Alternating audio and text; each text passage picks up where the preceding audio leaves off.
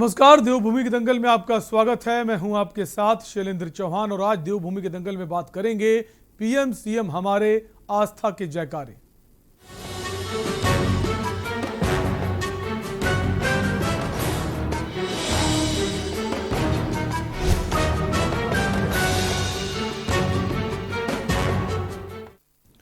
उत्तराखंड में विधानसभा चुनाव के लिए तमाम राजनीतिक दलों की ओर से तैयारियां तेज कर दी गई। इन्हीं तैयारियों के संबंध में कांग्रेस की दिल्ली में CWC की बैठक हुई, जिसमें उत्तराखंड समेत 5 राज्यों में होने वाले आगामी विधानसभा चुनावों की रणनीति पर मंथन किया गया। वहीं सत्ताधारी दल बीजेपी की बात करें तो बीजेपी लगातार विधानसभा चुनाव को फतेह करने के लिए तैयारियों में जुटी हुई है और इसी बीच सीएम धामी आज अयोध्या पहुंचे हैं, जहां मुख्यमंत्री ने हनुमानगढ़ी और रामलला के दर्शन किए। इसके साथ ही प्रधानमंत्री नरेंद्र मोदी भी केदारनाथ धाम पहुंच रहे हैं।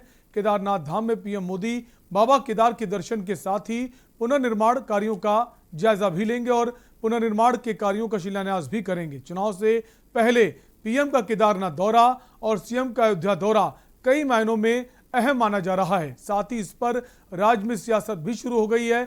आज हम इसी पर चर्चा करेंगे। उससे पहले ये रिपोर्ट देखिए।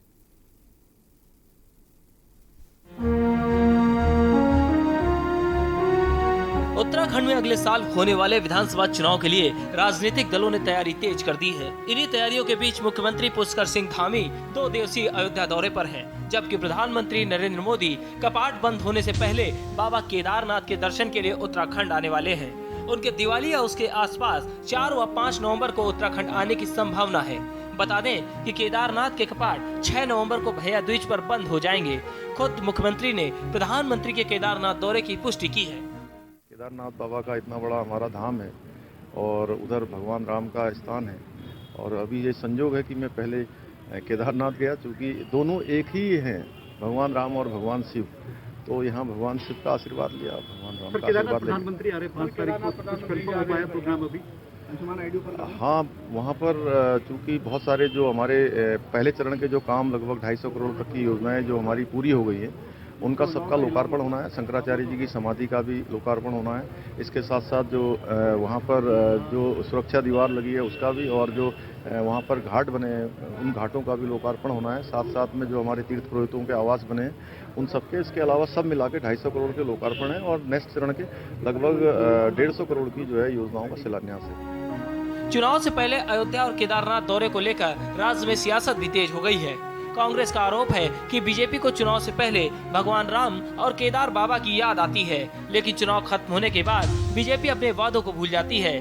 वहीं आम आदमी पार्टी का कहना है कि आम आदमी बढ़ती महंगाई और सरकार की कार्यप्रणाली से परेशान है, इसलिए चुनाव में बीजेपी को उसका कोई लाभ नहीं मिलने वाला। अयोध्या, राम मंदिर, मस्जिद, पाकिस्तान, हिंदुस्तान, ये सब भारतीय जनता पार्टी को तब याद आता है जब चुनाव आता है।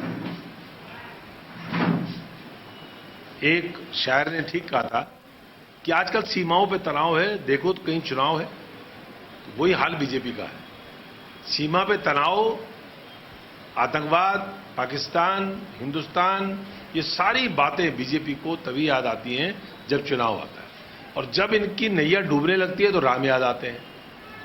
तो भैया सुख में सुमिरन दुख में सुमिरन सब करे, सुख में करे न कोय, जो सुख में सुमिरन करे दुख काहे को होए। राम को तुम छोड़ देते हो, जब राम का इस्तेमाल करना होता है तब तुम राम का इस्तेमाल करते हो। तो इसलिए आज की तारीख में पूरे देश की जनता जान चुकी है। अच्छा, आप काला हो, अंकित काला, और आप, मैं सूर्यकांत दसवाना हूं, मुझे पेट्रोल 100 रुपये मिल रहा है और किसी अल्ताफ को या किसी इमरान को भी 100 रुपये मिल रहा है। तो हिंदू सरकार का फायदा क्या हुआ हमको? हम तो हिंदू हैं, हमको तो कम मिलना चाहिए था। गैस का सिलेंडर हिंदू को भी 1,000 रुपये का मिल रहा है और मुसलमान को भी 1,000 रुपये का मिल रहा है। आज पूरे देश की जनता महंगाई से त्रस्त है। केदारनाथ के मामले में तो कांग्रेस को कोई बोलने का अधिकार है नहीं। जब केदारनाथ की आपदा आई थी और माननीय प्रधानमंत्री गुजरात के मुख्यमंत्री थे, उनको केदारनाथ नहीं जाने दिया गया था, आपको मालूम है। और उसके बाद जब वो प्रधानमंत्री बने तो उसके बाद से लगातार जिस प्रकार से उन्होंने केदारनाथ की चिंता की है और केदारनाथ का विकास किया है, उसके लिए खुद उसकी मॉनिटरिंग करते हैं लगातार, और उनका लगातार वहाँ आना जाना है, तो कांग्रेस को तो कहने का अधिकार ही नहीं बनता है। और क्या वहां पर अगर कोई आदमी अपने आराध्य के पास आता है तो क्या कांग्रेस से पूछ के आएगा क्या, या कांग्रेस से परमिशन लेनी पड़ेगी इस प्रदेश में अपने देवस्थानों पे लोगों को जाने के लिए? तो ये अनुचित बात है और कांग्रेस को उसका स्वागत करना चाहिए। अगर हमारे देश के प्रधानमंत्री केदारनाथ के प्रति इतनी उनकी अगाध आस्था है तो ये तो पूरे प्रदेश के लिए गर्व की बात है। पार्टी से ऊपर उठकर देखना चाहिए और सबको इसका सम्मान करना चाहिए। माननीय प्रधानमंत्री नरेंद्र मोदी जी का केदारनाथ दौरा हो 5 नवंबर का, या आज माननीय मुख्यमंत्री धामी जी अयोध्या पहुंच गए, ये साफ इंगित करता है, ये बताता है कि चुनाव आने वाले हैं भैया।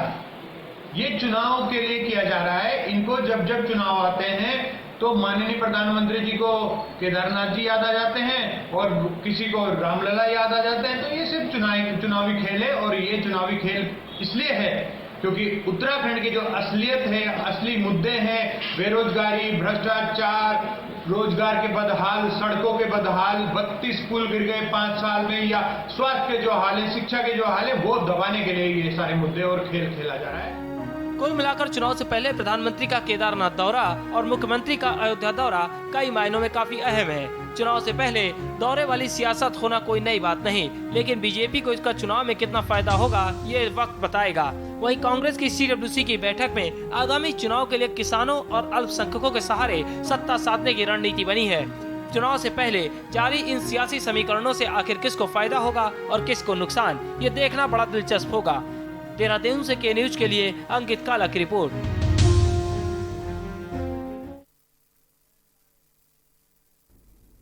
तो चुनाव से पहले ये जो दौरे हैं, इन दौरों को लेकर सियासत तेज हो गई है। मुख्यमंत्री जो है पुष्कर सिंह धामी अयोध्या पहुंचे हैं।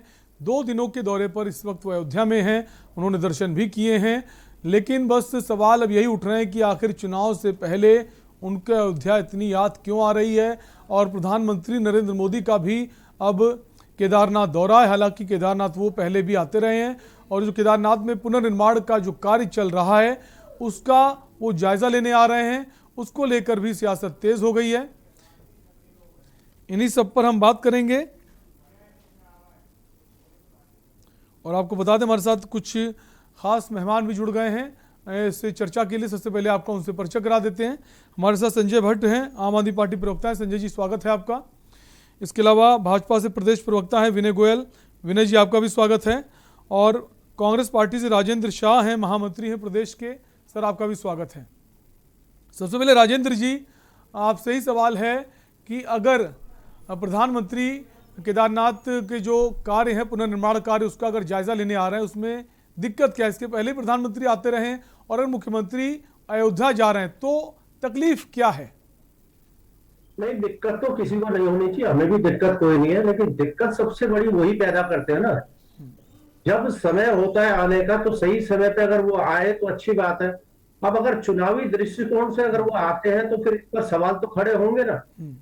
अब आपने जितने वादे, अब उत्तराखंड का आपने सवाल किया है, तो मेरा तो एक सिर्फ ये कहना है कि उत्तराखंड में जितने सवालों का आपने कहा था कि हम हल कर देंगे, जो वादे आपने किए थे 2014 में, ये कह के आए थे कि डबल इंजन की सरकार बनाएंगे 17 में। इंजन क्या, आपको डबल इंजन की बात करें, आपको प्रचंड बहुमत 57 का दे दिया।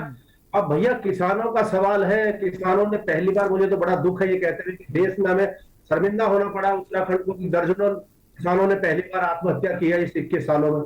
ये आपकी वजह से की है, क्योंकि आपने कहा कि कर्जा माफ कर देंगे। किसान सोच रहे आज कर्जा माफ होगा, कल होगा, किसी के कुर्की के आदेश आ गए।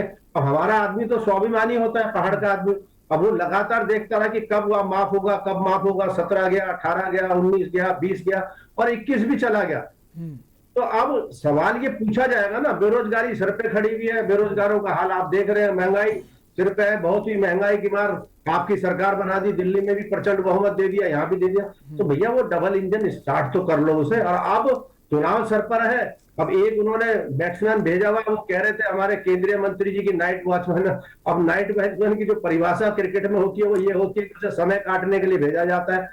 वो खिलाड़ी नहीं होता है, उसको इसलिए भेजा जाता है कि समय टाइम पास करे और ताकि ये उस दिन निकल जाए और दूसरे दिन फिर वो सुबह खेलते हुए आउट हो जाए तो नया खिलाड़ी आ जाए। तो उस भूमिका में उन्होंने भेजा हुआ है। तो सवाल उन पे होंगे, वो आए केदारनाथ। अब ऐसे ही ना है ना जैसे एम्स में आए थे, आए और बड़ी बड़ी बातें यहाँ भाजपा के नेताओं ने भी कही, लोगों की भी लालसाएं लगी हुई थी, करके क्या गए, कुछ नहीं कह के गए। तो भाई कुछ करना है ईमानदारी के साथ। अब जुमलेबाजी छोड़ दो, 14 से 21 तक 7 साल आपको वहां हो गए हैं, और उत्तराखंड में अब लास्ट चुनाव 1-2 महीने में अधिसूचना जारी हो जाएगी। तो जुमलेबाजी ना करें, कुछ अगर अच्छा करके जा रहे हैं तो ठीक है। जवाब ले लेते हैं, हमारे साथ विनय गोयल जी बने हुए हैं।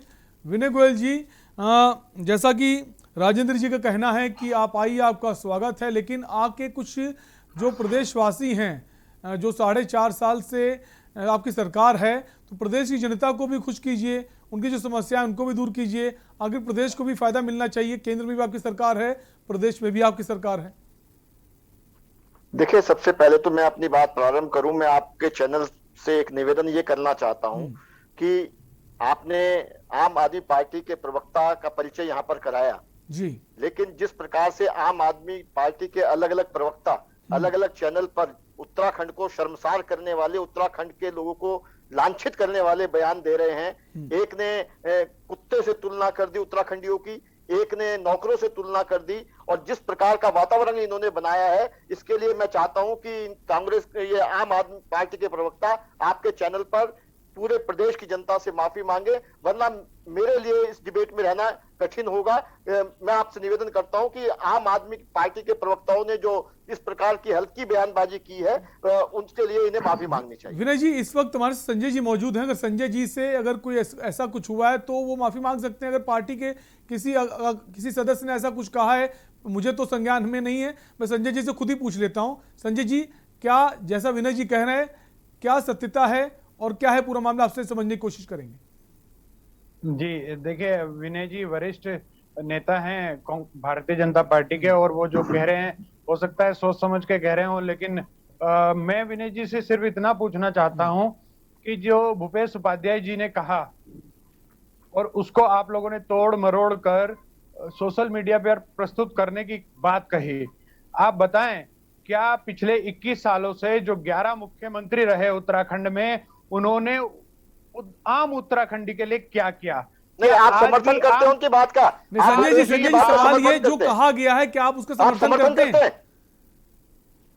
क्योंकि हमारे डिबेट का विषय आज अलग है, और अगर ऐसा कुछ अतीत में हुआ आपकी पार्टी की तरफ से, तो आप उसका समर्थन करते हैं, खंडन करते हैं?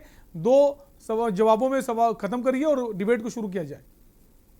नहीं, वो 2 जवाब में, जब मैं कह रहा हूं कि तोड़ मरोड़ कर प्रस्तुत किया जा रहा है भारतीय जनता पार्टी के अंधभक्त सेना यानी आईटी सेल द्वारा, मैं ये कह रहा हूं कि उन्होंने ये कहा, सार्वजनिक कार्यक्रम में हुआ संजय जी, आप गलत, आप सीधे बताइए कि आप अगर माफी मांग रहे हैं तब तो मैं डिबेट में रहूंगा, अन्यथा मैं डिबेट में नहीं रहूंगा। या तो आप अगर उसका समर्थन आप कर रहे हैं तो मैं आपके साथ डिबेट में नहीं रह पाऊंगा, मैं माफी चाहूंगा।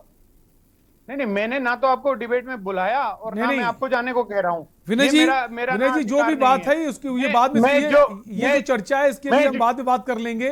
फिलहाल जिस मुद्दे पे हम बात कर रहे हैं, हम चाहेंगे जितनी बड़ी बेइज्जती इन्होंने उत्तराखंडियों की है, तो उसका जवाब विनय जी, उसका जवाब उत्तराखंड की जनता देगी। अगर उन्होंने उत्तराखंड का अपमान किया है, वहां के लोगों का अपमान किया, तो चुनाव नजदीक है, जनता उनको जवाब देगी। नहीं, सार्वजनिक कार्यक्रम में जहां कांग्रेस के प्रदेश अध्यक्ष भी उपस्थित थे, जहां हमारे प्रदेश उपस्थित थे, उसको मैं कह रहे हैं कि अपराध कर रहे हैं। भारतीय जनता पार्टी जवाब सुनने को राजी नहीं है, तो इसमें मेरी गलती नहीं है। ठीक है, आप सभी बने रहिए, एक ब्रेक के रुकेंगे और ब्रेक के बाद हम वापस आएंगे, इसी चर्चा को आगे बढ़ाएंगे। छोटे से ब्रेक ले रुकेंगे, फौरन लौटेंगे।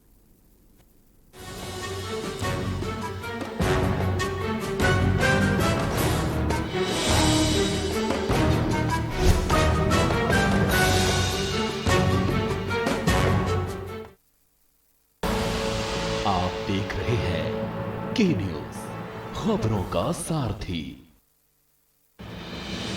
राज्य में खेल प्रतिभाओं की खोज एवं खिलाड़ियों को प्रोत्साहित करने, उन्हें अंतर्राष्ट्रीय स्तर की सुविधाएं व प्रशिक्षण दिलाए जाने के उद्देश्य से उत्तराखंड सरकार द्वारा रायपुर स्पोर्ट्स कॉलेज को अंतर्राष्ट्रीय खेल विश्वविद्यालय के रूप में विकसित किए जाने का निर्णय लिया गया है। इस विश्वविद्यालय को अंतर्राष्ट्रीय स्तर की आधुनिक सुविधाएं व इंफ्रास्ट्रक्चर उपलब्ध कराया जाएगा, ताकि सुविधाओं के अभाव में कोई खेल प्रतिभा दबी न रह जाए। इसके साथ ही खिलाड़ियों को अंतर्राष्ट्रीय स्तर का प्रशिक्षण दिलाए जाने के लिए कुशल व अनुभवी प्रशिक्षक नियुक्त किए जाएंगे। उत्तराखंड सरकार खेल व खिलाड़ियों को लेकर बहुत सजग है, बहुत सराहनीय कार्य कर रही है।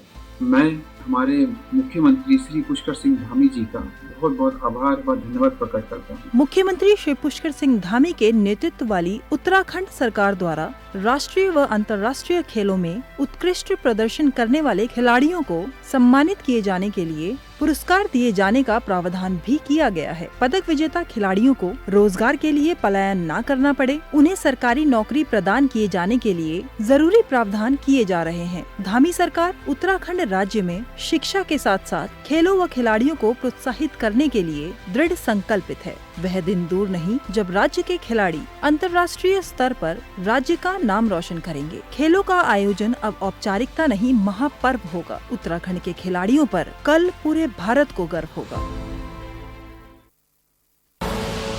आप देख रहे हैं के न्यूज, खबरों का सारथी।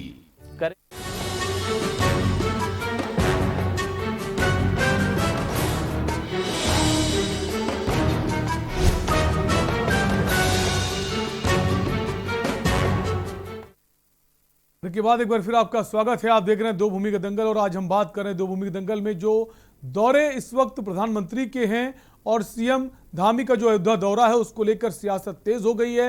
विपक्षी पार्टियों का कहना है कि जब चुनाव नजदीक होते हैं तो इस तरह की यात्राएं दौरे किए जाते हैं, उसके पहले ऐसा कुछ नहीं होता है और चुनाव में उसे भुनाने की कोशिश है भारतीय जनता पार्टी की। इसी पर हम बात कर रहे हैं। हमारे साथ कुछ खास मेहमान भी हैं। हम वापस आएंगे विनय गोयल जी के पास। विनय जी हमारे साथ बने हुए हैं। विनय जी, हम चाहेंगे एक स्वस्थ चर्चा की शुरुआत की जाए। जो भी आपकी बातें हैं उसको आज बाद में बात कर सकते हैं, बाद में चर्चा कर सकते हैं। अभी फिलहाल सवाल यही है, जैसे कांग्रेस आरोप लगा रही है दौरों को लेकर, जैसे पुष्कर सिंह धामी अयोध्या गए हुए हैं और प्रधानमंत्री को केदारनाथ धाम आना है। क्या चुनाव के वक्त ये दौरे किए जाते हैं, यात्राएं की जाती है ताकि जनता के बीच एक संदेश जाए और उसका फायदा उठाया जाए? देखिए, जिस प्रकार से चुनाव के समय उत्तराखंड के को सांस्कृतिक आध्यात्मिक राजधानी की घोषणा कौन कर रहा है ये सब जानते हैं। कौन कुर्ते के ऊपर जनेऊ पहनकर घूमते हैं, कौन मंदिर मंदिर जाते हैं, वो आप अच्छी तरह से जानते हैं। भारतीय जनता पार्टी तो हमेशा सांस्कृतिक विरासत में विश्वास करने वाली पार्टी है और हम पे आरोप लगाए जाते रहे कि आप हिंदुत्व की राजनीति करते हो, जबकि भारतीय जनता पार्टी ने निश्चित रूप से देश की मान्यताओं के प्रति, देश की जो संस्कृति है, जो हमारी सांस्कृतिक विरासत है, उसके ऊपर हमेशा मान करने का, घमंड करने का काम किया है और उसके लिए सभी प्रकार के यत्न किए हैं। और उसी का परिणाम है कि आज 450 साल के बाद राम मंदिर का निर्माण हो रहा है। और जिस प्रकार से चाहे वो राष्ट्रवाद की बात हो, जब हम राष्ट्रवाद की बात करते हैं तब भी हम पर सवाल उठाए जाते हैं। तो और कई बार ये कहा जाता है सवाल ये कि राष्ट्रवाद की बात बाकी जो समय होता है 4 साल 4.5 साल तब नहीं होती, जब चुनाव नजदीक आते हैं तो बीजेपी जो है राष्ट्रवाद का झंडा बुलंद कर लेती है। सवाल ये है, आप कोई एक ऐसा दिन बताइए जिस दिन भारतीय जनता पार्टी ने इन विषयों को ना उठाया हो। कोई एक भी दिन ऐसा नहीं जाता। लेकिन जो, क्योंकि जैसे कहते हैं जहां गड्ढा होता है पानी वहां मरता है, क्योंकि जो लोग केवल चुनाव के समय पे इस प्रकार की बातें करते हैं वो इस प्रकार का आरोप हम पर लगाने का काम कर रहे हैं। भारतीय जनता पार्टी ने चुनाव को दृष्टि में रखकर कभी इस प्रकार के काम नहीं किए। अगर हम लगातार देश की सुरक्षा से जुड़े हुए विषय उठाते हैं, बहुत सारे विषय दूसरे पार्टी के लोग तो छूते भी नहीं उन्हें। और आज आप देख रहे हैं कि किस प्रकार से जो कल तक हमें सांप्रदायिक कह के गालियां देते थे, आज वो सब जिस प्रकार से मंदिर मंदिर घूम रहे हैं और अपने आप को साबित करने का प्रयास कर रहे हैं कि वो सबसे बड़े हिंदू हैं, तो उनसे सवाल किए जाने चाहिए। बिल्कुल, सवाल उनसे भी किए जाने चाहिए, सवाल उनसे भी हम करेंगे। हमारे साथ संजय जी बने हुए हैं। संजय जी बहुत देर से कुछ कहना चाहते हैं। संजय जी अपनी बात कीजिए। जी देखिए, पहले भी मुझसे सवाल किया गया और मेरा जवाब लिया नहीं गया जी। बीच में विनय जी भी बोल गए, आप भी बोल गए, तो मैं अनुग्रह करूंगा, आग्रह करूंगा आप सभी लोगों से कि जवाब पूरा लिया जाए। पहली बात जो थी, जिस बयान पर विनय जी बोले थे कि ऐसे ऐसे बयान देते हैं और आम आदमी पार्टी के प्रवक्ता यहाँ रहेंगे तो मैं डिबेट में नहीं, अगर ये विषय आपने फिर शुरू करना, देखिए संजय जी देखिए, नहीं, संजय ब्रेक के बाद मैंने आपसे बोल दिया है कि जो भी विषय है इसको बाद में डिस्कस कर लेंगे। या तो माफी मांगे, नहीं, या तो देखिए, अगर ये विषय शुरू करेंगे, बेशर्मी के साथ विषय शुरू करेंगे तो गलत बात है। संजय जी कृपया जो भी विषय है इस पर बाद में भी हम डिस्कशन कर सकते हैं। तो मैंने इस विषय को छोड़ा और बात प्रारंभ की, वरना अगर ये इसी विषय पे माफी मांगे। ठीक है विनय जी, बात संजय जी जो भी कहना है कम शब्दों में अपनी बात पूरी कीजिए। ठीक है विनय जी, कम शब्दों में अपनी बात पूरी कीजिए। ठीक है विनय जी, बिल्कुल कम, जी कम शब्दों में अपनी बात। और चाहूंगा कि आरोप मत लगाइए, किसी पर आरोप मत लगाइए बिना तथ्यों के, बिना साक्ष्यों के। बिल्कुल, भारतीय जनता पार्टी के 3 विधायकों पे बलात्कार के आरोप हैं और कोर्ट में मामला है। भारतीय जनता पार्टी के विधायक चैंपियन ने कहा उत्तराखंड मेरे इस पे पूरे शब्द बोले थे, मां बहन की गाली देकर, ठीक है। और ये जो विनय गोयल जी बैठे हैं, इन्होंने कहा कि आरएसएस वाला भी आदमी है। और अरे भैया आप देखिए, जिस प्रकार से नहीं, अगर आप नीचता पर उतरना चाहते हैं, अगर आप नीचता पर उतरना चाहते हैं, अगर आप उत्तराखंडियों को कुत्ता कहना चाहते हैं, अगर आप उत्तराखंडियों को नौकर बताना चाहते हैं, और उसके ऊपर आप बजाय उसका उत्तर देने के, अगर उसके ऊपर उत्तर देने की बजाय आप बहस करना चाहते हैं, अगर आप उस पर शर्मिंदा नहीं है, अगर आप उस पर शर्मिंदा नहीं है, तो इससे बड़ी बात और कोई हो नहीं सकती। जिस प्रकार से आप सारी बेशर्मी की हदें पार कर रहे हैं, सारी बेशर्मी की हदें आप पार कर रहे हैं संजय जी।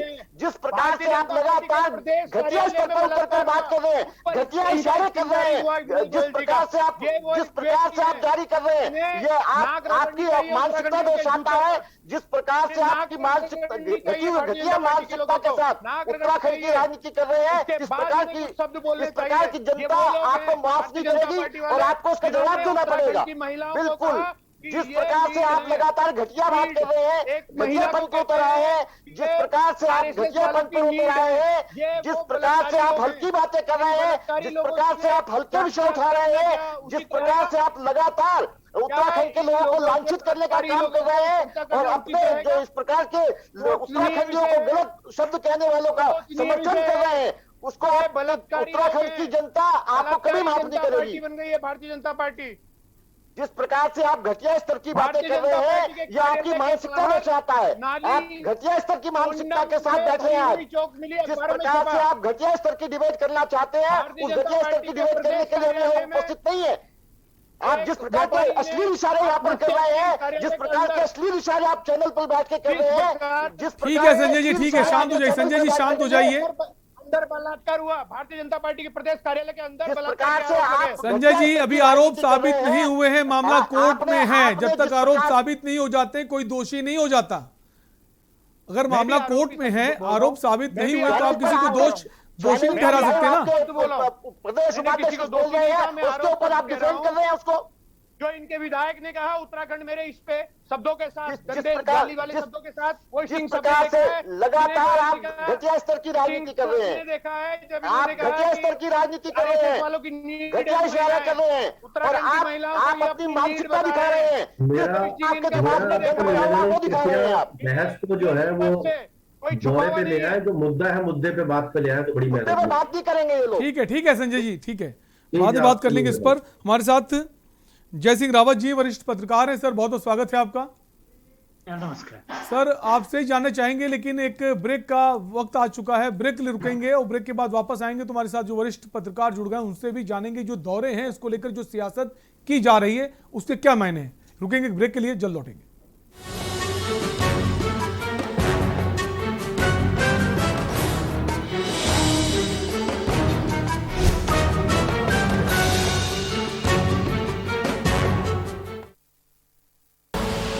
आप देख रहे हैं के न्यूज, खबरों का सारथी।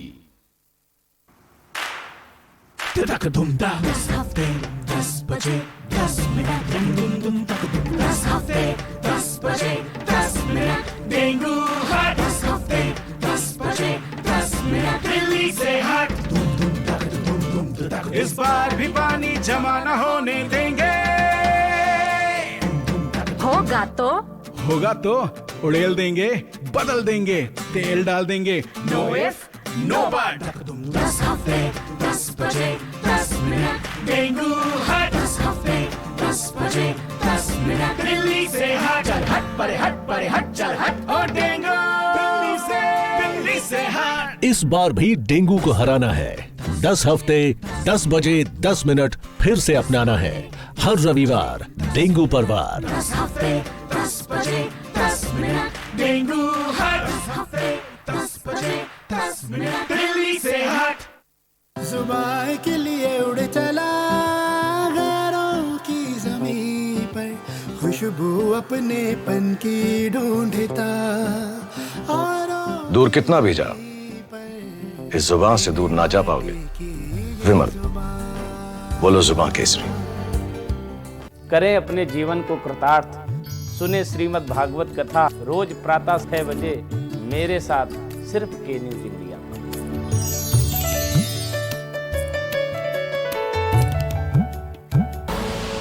आप देख रहे हैं के न्यूज, खबरों का सारथी।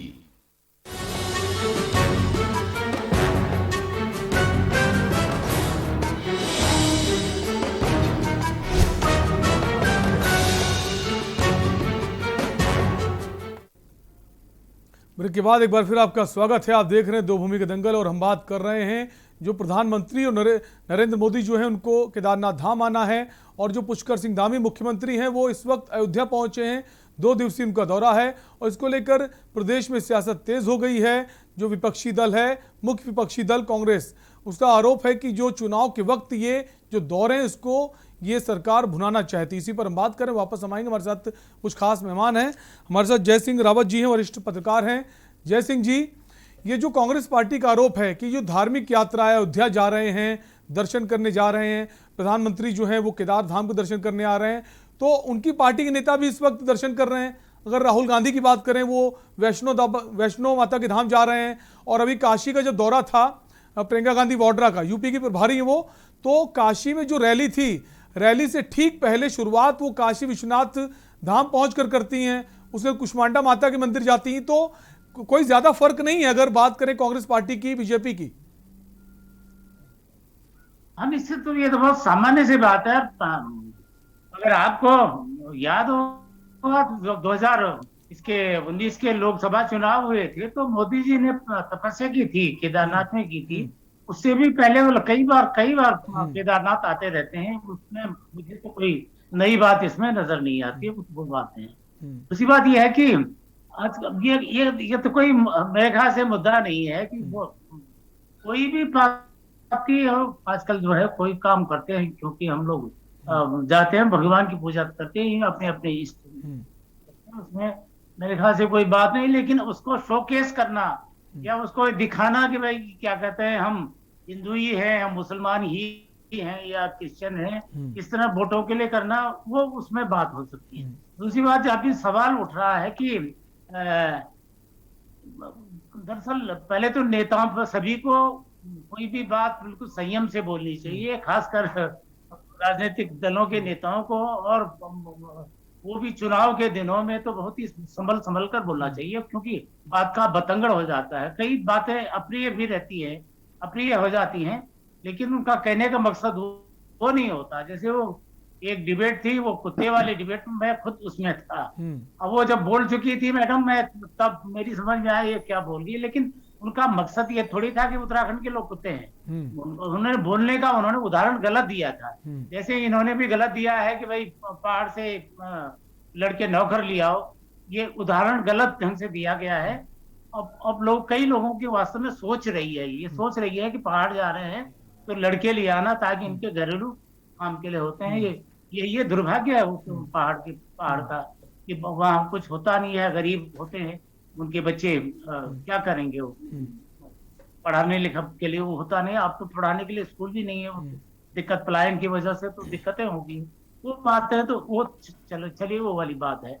लेकिन असली बात यह है कि अभी हम उम्मीद करते हैं जो बाकी जो रूलिंग बाकी लोग हैं, अपोजिशन वाले हैं, वो जाए कोई बात नहीं है, वो रहेंगे। लेकिन अगर प्रधानमंत्री आते हैं तो ऐसी उम्मीद की जानी चाहिए कि उत्तराखंड के लिए हो सकता है कोई बड़ा पैकेज हो दे, भले ही चुनावी लाभ के लेते हैं, लेकिन स्टेट के फायदा तो हो जाए। एक बार अगर आपको याद हो तो बिहार के लिए उन्होंने 1.25 लाख करोड़ का पैकेज दिया था चुनाव से पहले उसका नतीजा जो भी निकला ना निकला हो। ऐसी यहाँ कई चीजें हैं यहाँ पैकेज की जरूरत है। आपका अभी आया कि कई गांव जो है ना संकट में, खतरे में है। तो दिक्कत क्या है, उन्हें रिलोकेट करना है। भले ही बरसात तो चली गई, लेकिन खतरा कम से कम 400 गांव पर खतरा बना रहता है, हर वक्त रहता है कि उनको कैसे न जाने कौन सा गांव खिसक जाए तो क्या हो जाए। तो उनके लिए समस्या यह पिछली सरकार के साथ हुई थी कि इनको वन भूमि दी जाए। वन भूमि तब वो कांग्रेस सरकार थी, उसमें जयंती नटराजन पर्यावरण मंत्री थी, उस समय क्लियरेंस नहीं मिल पाई थी।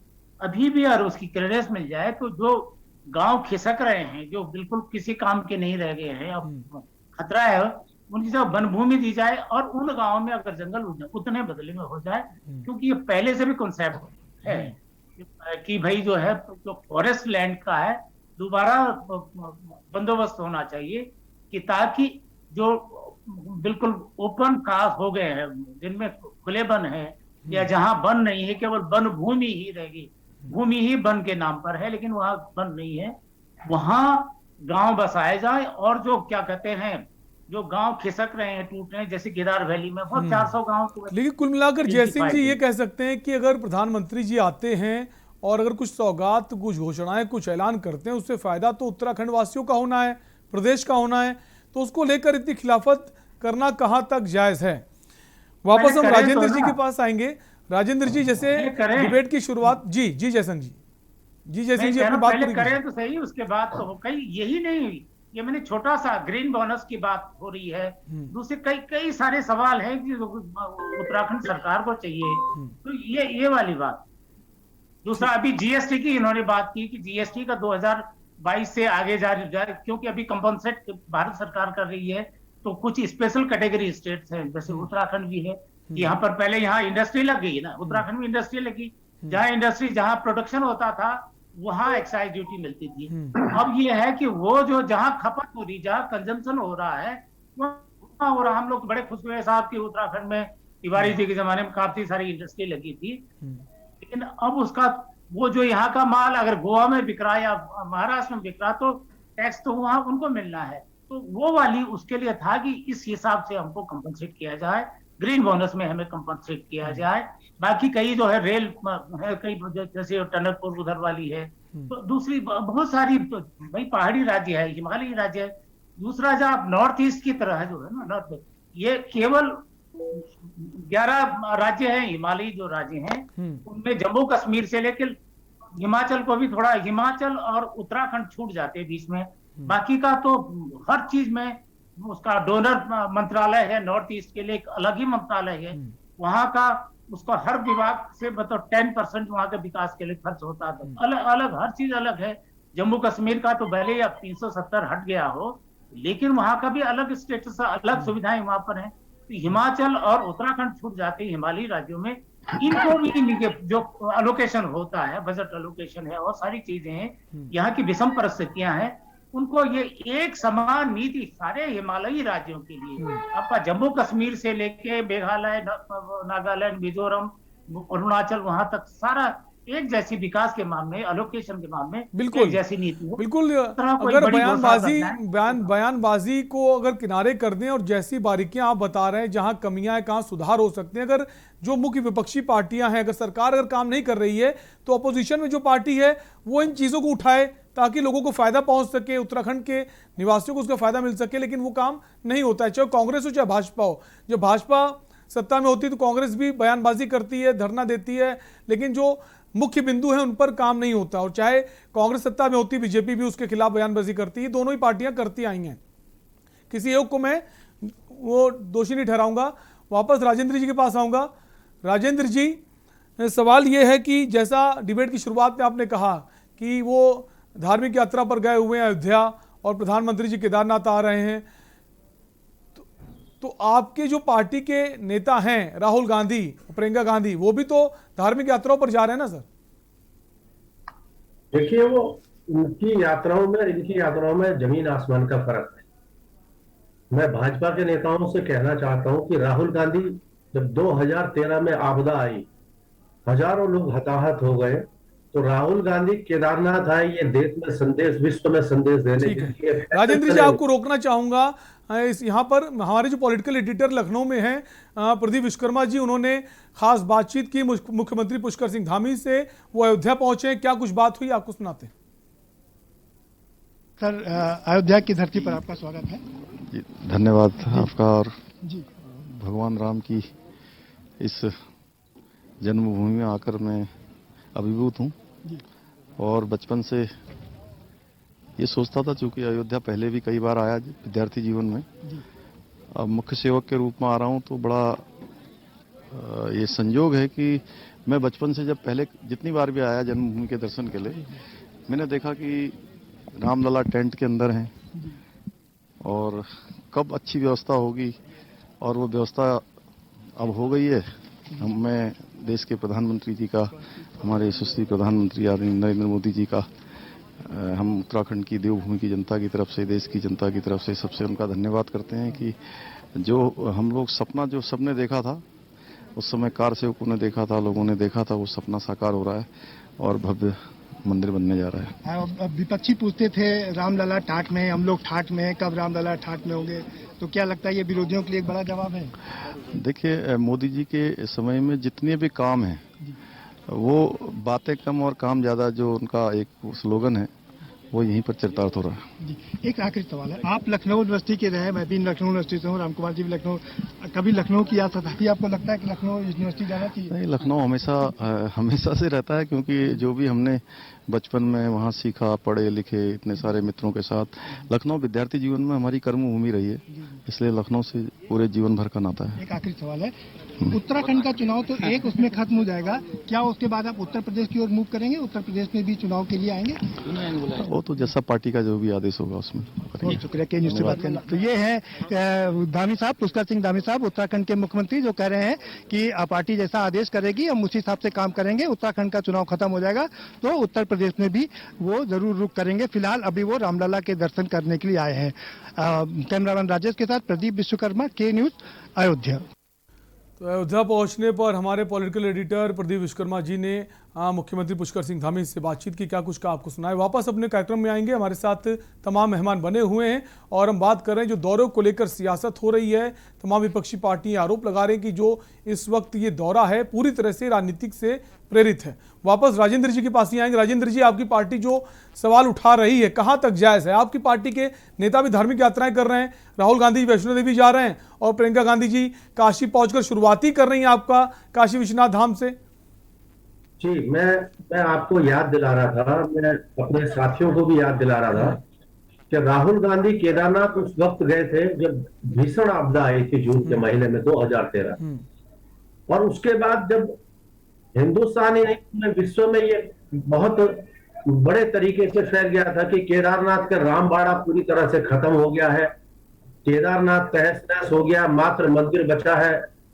तीर्थ पुरोहित और पूरा देश और सब लोग ये कह रहे थे कि आने वाले 15 से 20 सालों तक केदारनाथ में पुनः यात्रा शुरू नहीं हो सकती है।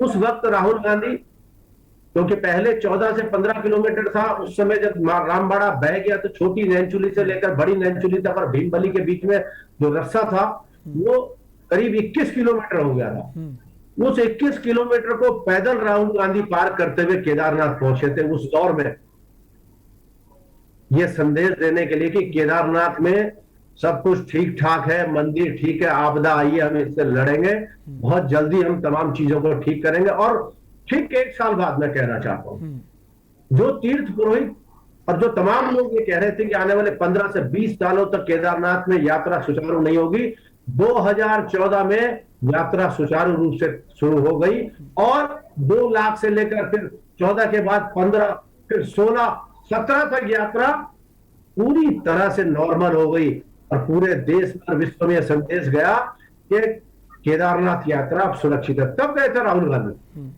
और राहुल गांधी को लेकिन राजेंद्र जी, एक सवाल ये भी बनता है कि जैसे बीजेपी का शीर्ष नेतृत्व जो है उसके बड़े बड़े नेता आपका उत्तराखंड का दौरा करते रहते हैं, आपका जो शीर्ष नेतृत्व है वो उत्तराखंड दौरे से दूर क्यों भागता है? बड़े बड़े नेता जो हैं वो उत्तराखंड क्यों नहीं आते हैं? यूपी तो सब जाते हैं, उत्तराखंड से इतनी दूरी क्यों है? अब देखिए, अब मैं आपको थोड़ा सा बताना चाहूंगा, 2002 से 7 में हमारे कितने नेता है, हमारी सरकार बनी। 2007 में इनके सारे नेता आ गए, इनकी सरकार बनी। 2012 में भी हमारे कितने नेता हैं आपको पता होगा, मुझे तो पता नहीं, फिर 12 में हमारी सरकार बनी। 2000 इनके नेता प्रधानमंत्री जो है, नहीं कहना चाहिए मुझे कि प्रधानमंत्री की एक गरिमा होती है भाई। हमारे प्रधानमंत्री हुआ करते थे, तो हमारे प्रधानमंत्री किसी भी राज्य में राजेंद्र जी प्रधानमंत्री तो सबके होते हैं, राजेंद्र जी प्रधानमंत्री तो सबके होते हैं ना, आपके ना हमारे। हमारे मतलब हमारी सरकार के जी, मैं तो अपनी सरकार की बात कर रहा हूँ ना, मैं इनकी सरकार की थोड़ी बात करूंगा। प्रधानमंत्री तो हमारे में, लेकिन हमारी सरकार के, मेरी सरकार के जो प्रधानमंत्री होते थे वो 3 या 4 या 5 जनसभाएं करते थे। और इस छोटे से राज्य में, और किस तरह से बिहार में, बंगाल में प्रधानमंत्री और गृह मंत्री गली कूचों में घूम रहे, ये इनके लिए अच्छी बात हो सकती है, लेकिन हमारे लिए ये ठीक बात नहीं है। एक गरिमा होती है प्रधानमंत्री की भाई, उनने वो गरिमा ही। राजेंद्र जी तो ये भी हो सकता है ना कि आप जो अभी के प्रधानमंत्री उनको लोग सुनना चाहते हैं, ज्यादा पसंद करते हैं, वक्ता अच्छे हैं, और जो आपकी सरकार के प्रधानमंत्री थे उनको लोग ज्यादा सुनना पसंद नहीं करते थे, एक बड़ा कारण ये भी है। आप ये देखिए ना, इनके प्रधानमंत्री आए तो 2 में क्यों नहीं इनकी सरकार बनी, 12 में इनके प्रधानमंत्री, फिर पूरे प्रचंड पूरे सब लोग दिल्ली के सारे नेता क्यों नहीं सरकार बनी। और अब अगर 22 में इनके नेता आएंगे तो मैं फिर आपसे कह रहा हूं कि ये जो मर्जी जितने मर्जी नेता आ जाए, क्योंकि जुमलेबाजी तो 17 में तो सरकार बना ली ना बीजेपी ने, उनके प्रधानमंत्री आए। 17 में कह रहा हूं मैं 22 की बात कर रहा हूं ना। तो 22 में फिर आ रहे प्रधानमंत्री इनके, तो क्या फिर से सरकार बनेगी बीजेपी की, ये माने? नहीं, 22 में माननीय प्रधानमंत्री जी आएंगे, नहीं वो हमारे हैं, वो तो देश के प्रधानमंत्री हैं जी, इसमें कोई दो राय नहीं। अभी आप कह रहे सरकार हमारी थी, हमारी सरकार के प्रधानमंत्री थे, इनकी सरकार के प्रधानमंत्री हैं, अब आप देश के प्रधानमंत्री की बात कर रहे हैं। मैं ठीक है, हम जवाब ले लेते हैं। हमारे साथ विनय गोयल जी बने हुए। विनय गोयल जी, हम चाहेंगे राजेंद्र जी जो सवाल कर रहे हैं, हमारे प्रधानमंत्री, उनके प्रधानमंत्री, हम चाहेंगे आप उनके सवाल का सीधा सा जवाब दें। नहीं, देखिए यही सोच का फर्क है कि प्रधानमंत्री को भी बांट देना ये कांग्रेसी मानसिकता का प्रतीक है। और अगर कांग्रेस के वक्ताओं को जनता सुनना नहीं चाहती और उनके बातों पर देश की जनता ध्यान नहीं देना चाहती, क्योंकि वो बातें ही ऐसी करते हैं। अब मुझे ध्यान है, मुझे पता नहीं राजेंद्र जी को याद है कि नहीं है, एक बार राहुल गांधी जी पिछली बार यहाँ ऋषिकेश आए थे, उन्होंने अपने कुर्ते में हाथ डाला, दिखाया कि मेरी जेब फटी हुई है, मेरे पास तो कुछ भी नहीं है। तो अगर इस तरह की बातें करना, ऐसे नौटंकियां देखने कौन आता है? और जो माननीय भारतीय जनता पार्टी ने जिस प्रकार से उत्तराखंड के विकास का सपना देखा है और उत्तराखंड के जो समग्र विकास के लिए जो योजनाएं बनाई हैं, और अगर माननीय प्रधानमंत्री जी केदारनाथ जी में आए, उन्होंने गुफा में तपस्या की, तो आज उसकी इतनी जबरदस्त इंटरनेशनल ब्रांडिंग हुई कि आज लंबे समय के लिए वो गुफा श्रद्धालुओं के द्वारा बुक की गई है, और वैसी और गुफाएं बनानी पड़ रही हैं, और लगातार लोगों की डिमांड है कि वो लोग केदारनाथ जी आना चाहते हैं। तो माननीय प्रधानमंत्री जी जो भी कुछ करते हैं वो उत्तराखंड के विकास के लिए करते हैं, और जो हमारे विपक्षी दलों के नेता करते हैं वो अपने विकास के लिए करते हैं। ये बेसिक अंतर है भारतीय जनता पार्टी में और विपक्षी दलों में।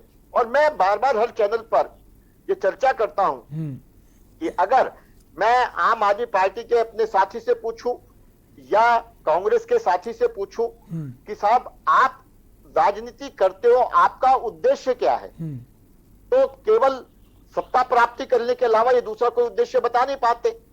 लेकिन हम जब बात करते हैं तो हम साफ साफ कहते आए हैं, कहते हैं और करते हैं कि भारत माता को विश्व गुरु बनाना और भारत माता को दुनिया के शीर्ष पर ले जाना, ये हमारा लक्ष्य है, और इसको हम प्राप्त करके रहेंगे और इसके लिए हम काम करते रहेंगे। ठीक है, संजय जी भी कुछ कहना चाहते हैं, ब्रेक के लिए रुकेंगे, ब्रेक के बाद वापस आएंगे और जो हमारे बाकी गेस्ट हैं उनसे भी उनके जो जवाब है उनको जानने की कोशिश करेंगे। छोटे से ब्रेक के लिए रुकेंगे, फौरन लौटेंगे।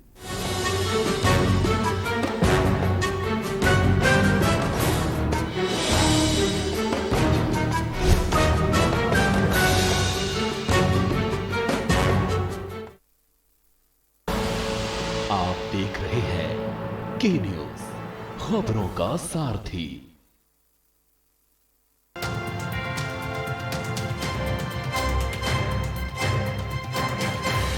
प्रधानमंत्री श्री नरेंद्र मोदी ने देवभूमि उत्तराखंड से देश भर में पीएम केयर्स के तहत स्थापित 35 पीएसए ऑक्सीजन प्लांट्स राष्ट्र को किए समर्पित। इस मौके पर पीएम ने उत्तराखंड में कोविड वैक्सीनेशन कार्यक्रम की सराहना की। आपको बता दें कि राज्य में 95% टीकाकरण हो चुका है।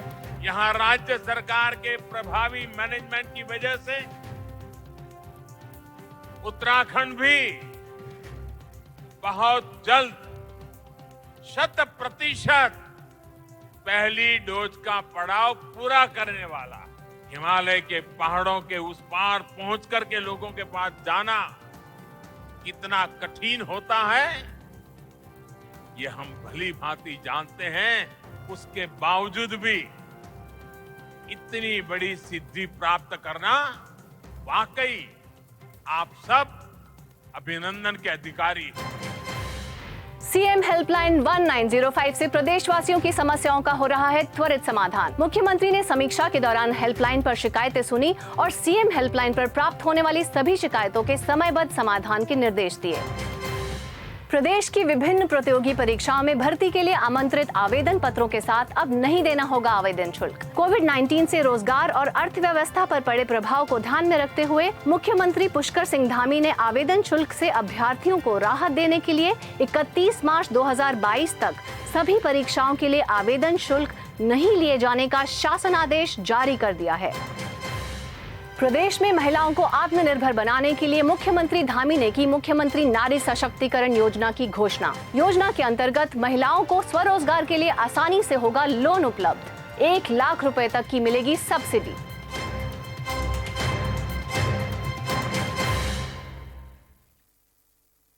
खुदी को आजमाया है तो ये अंदाज आया है, खुदी को आजमाया है तो ये अंदाज आया है।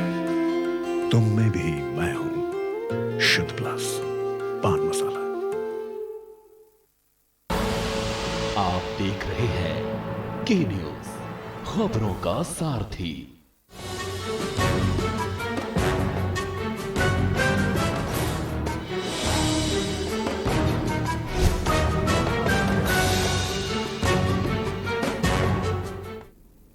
ब्रेक के बाद एक बार फिर आपका स्वागत है। आप देख रहे हैं दो भूमि का दंगल और हम बात कर रहे हैं दौरों को लेकर सियासत तेज हो गई है। इसी पर हम बात कर रहे हैं। हमारे साथ कई सारे मेहमान भी मौजूद हैं। वापस हम आएंगे। हमारे साथ आम आदमी पार्टी से संजय जी हैं। संजय जी, ब्रेक से पहले आप कुछ कहना चाह रहे थे और विनय जी ने एक बात कही कि जो बाकी विपक्षी पार्टियां हैं वो उनका जो मिशन है, उद्देश्य है सिर्फ सत्ता हासिल करना, विजन उनके पास कोई नहीं है उत्तराखंड के लिए।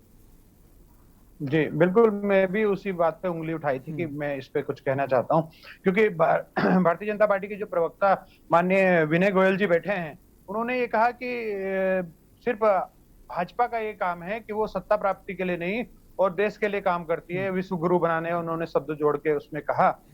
जबकि उत्तराखंड में जो सरकारें रही हैं उसमें 11-12 साल माननीय विनय गोयल जी की भारतीय जनता पार्टी की सरकार रही और इन्होंने 8 मुख्यमंत्री दिए, लेकिन इन्होंने उत्तराखंड के बच्चों के लिए क्या किया?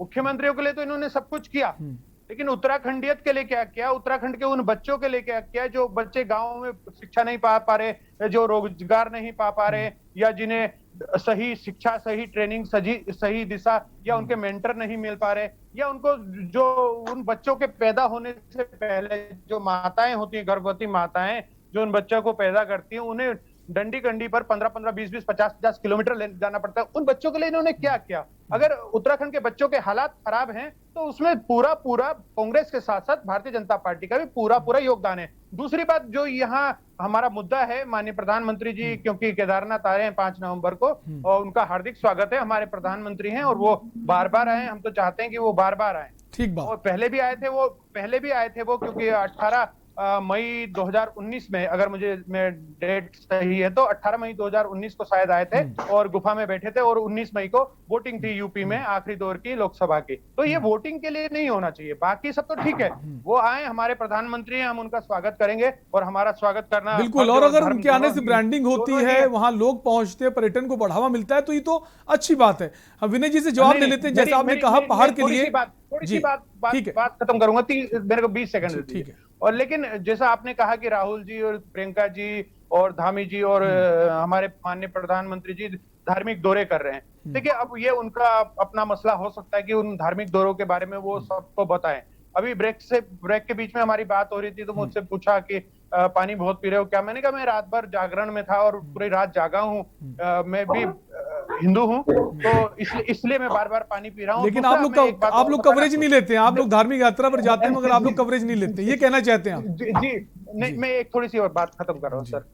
राजेश जी, मैं अभी नवरात्रे गए क्योंकि कल दशहरा था, परसों नवरात्रि नवमी थी, महानवमी, तो मैं पूरे 9 के 9 दिन सिर्फ फलाहार पे रहा। एक दिन में 1 गिलास दूध, 1 फल या ज्यादा से ज्यादा 4 फल 1 गिलास दूध पे मैं रहा हूँ, और 9वें दिन मैं भोजन करता हूँ, रात को भी कोई भोजन नहीं करता हूँ। वो मेरा आस्था है, मेरा धर्म है, मेरा कर्तव्य है, मेरा फर्ज है। लेकिन मैं इसको फेसबुक पे डालूं बिल्कुल और व्हाट्सएप पे डालूं और डालना भी नहीं चाहिए। ठीक है, विनय जी से सवाल का जवाब ले लेते हैं। जैसा सवाल आपने किया था कि पहाड़ के जो बच्चे हैं उनको समस्या है, और ये किसी से नहीं छुपी। पहाड़ के जो बच्चे हैं, जो बीमार लोग होते हैं, उनको काफी पैदल चलकर आना पड़ता है, उनके लिए अभी व्यवस्थाएं उतनी बेहतर नहीं हो पाई। हालांकि इस दिशा में सरकार लगातार प्रयास कर रही, कब ये बेहतर होंगी। तो विनय जी, आपसे ही सवाल जो था इनका जानने की कोशिश करेंगे, उसका जवाब कि पहाड़ में जो बच्चे हैं, जो महिलाएं हैं, उनको लेकर सरकार क्या ठोस कदम उठा रही ताकि उन तक मदद पहुंच सके? देखिए, मैं आपसे ये कहना चाहता हूं कि किस प्रकार से विषय को डिस्ट्रैक्ट किया जाता है, ये आपने अभी देखा। विषय ये था कि भारतीय जनता पार्टी भारत माता को विश्व गुरु बनाने के लिए राजनीति करती है। उन्होंने वो सारे विषय को उलझा दिया और विषय को बिल्कुल वॉश आउट कर दिया। भारतीय जनता पार्टी जिस प्रकार से देश के स्वाभिमान की बात करती है, और जब मोदी जी चुनाव लड़ रहे थे लोकसभा का और प्रधानमंत्री बनने से पहले, तो उन्होंने कहा था कि मैं ना आंख झुका के बात करूंगा, ना आंख उठा के बात करूंगा, आंख में आंख मिलाकर बात करूंगा। वो उन्होंने करके दिखाया। और देखिए, हमारे विपक्षी कुछ भी कहते रहे, क्योंकि उन्हें हजम नहीं हो रही है ये बात। जिस प्रकार से मोदी जी ने विश्व भर में देश का मान बढ़ाया है, विदेश में रहने वाले अपने साथियों से, अपने भारतवासियों से पूछियो कि आज किस प्रकार से हमारे देश का सम्मान है विदेशों में, तो वो ये उसमें भी प्रश्न खड़ा करने का काम करेंगे। लेकिन भारतीय जनता पार्टी जिस प्रकार से देश के स्वाभिमान को बढ़ाने का काम कर रही है, उसको बढ़ाने का हमने प्रण किया है और उसके लिए हम काम करते हैं। केवल सत्ता प्राप्ति के लिए काम नहीं करते, और ये हमने विषय रखा था जिसको उन्होंने घुमा दिया। लेकिन भारतीय जनता पार्टी ने जो नारा दिया, सबका साथ, सबका विकास। विनय जी, उनका एक विनय जी जो डिबेट करना है, ठीक है, जिस मुद्दे पे कर लेंगे। एक छोटा सा उनका सवाल था और छोटा सा जवाब चाह रहे थे आपसे कि पहाड़ों की जो हालात हैं, बच्चे महिलाएं, उनको आने जाने में समस्याओं का सामना करना पड़ता है, स्वास्थ्य की सुविधाएं जो हैं बहुत दूर हैं और पढ़ने के लिए उनको परेशानी उठानी पड़ती है, उसको लेकर सरकार कौन से ठोस कदम उठा रही है? देखिए, कौन सा कदम नहीं उठा रही है। अभी आपने देखा होगा कि जिस प्रकार से जो कोरोना की महामारी हुई, और कोरोना की महामारी में अनेकों बच्चे अनाथ हो गए, उसके लिए हमारी सरकार ने वात्सल्य स्कीम चालू की है। उनको उनकी पूरी पढ़ाई तक के लिए वजीफा देने की व्यवस्था की गई है, उनकी पढ़ाई की व्यवस्था की गई है, अन्य भी जो आवश्यक होंगी वो व्यवस्थाएं की जाएंगी। सभी प्रकार के जितने भी, क्योंकि कोरोना कोई छोटी चीज नहीं थी, कोरोना में सारे लोग उसमें प्रभावित हुए, और उनका किसी का व्यापार प्रभावित हुआ, किसी के परिवार प्रभावित हुआ, सबको राहत देने का काम सरकार कर रही है। ठीक है, और ये उम्मीद करते हैं कि राहत देने का काम जो है आगे भी चलता रहे। शिक्षा की जो व्यवस्था है उसको और बेहतर हो, स्वास्थ्य की व्यवस्था भी बेहतर हो, और दौरे से अगर प्रदेश की जनता को फायदा मिलता है तो दौरों में भी कोई बुराई नहीं। आप सभी मेहमानों का बहुत बहुत शुक्रिया इस चर्चा में जुड़ने के लिए। तो देवभूमि के दंगल में बात कर रहे थे, जो दौरे को लेकर सियासत हो रही, चाहे प्रधानमंत्री के दौरे को हो, चाहे मुख्यमंत्री के दौरे को। हालांकि इस दौरे से कितना फायदा मिलता है आम जनता को देखने वाली बात होगी। फिलहाल देवभूमि दंगल में इतना ही। बाकी खबरों के लिए बने रहिए के न्यूज इंडिया के साथ। नमस्कार।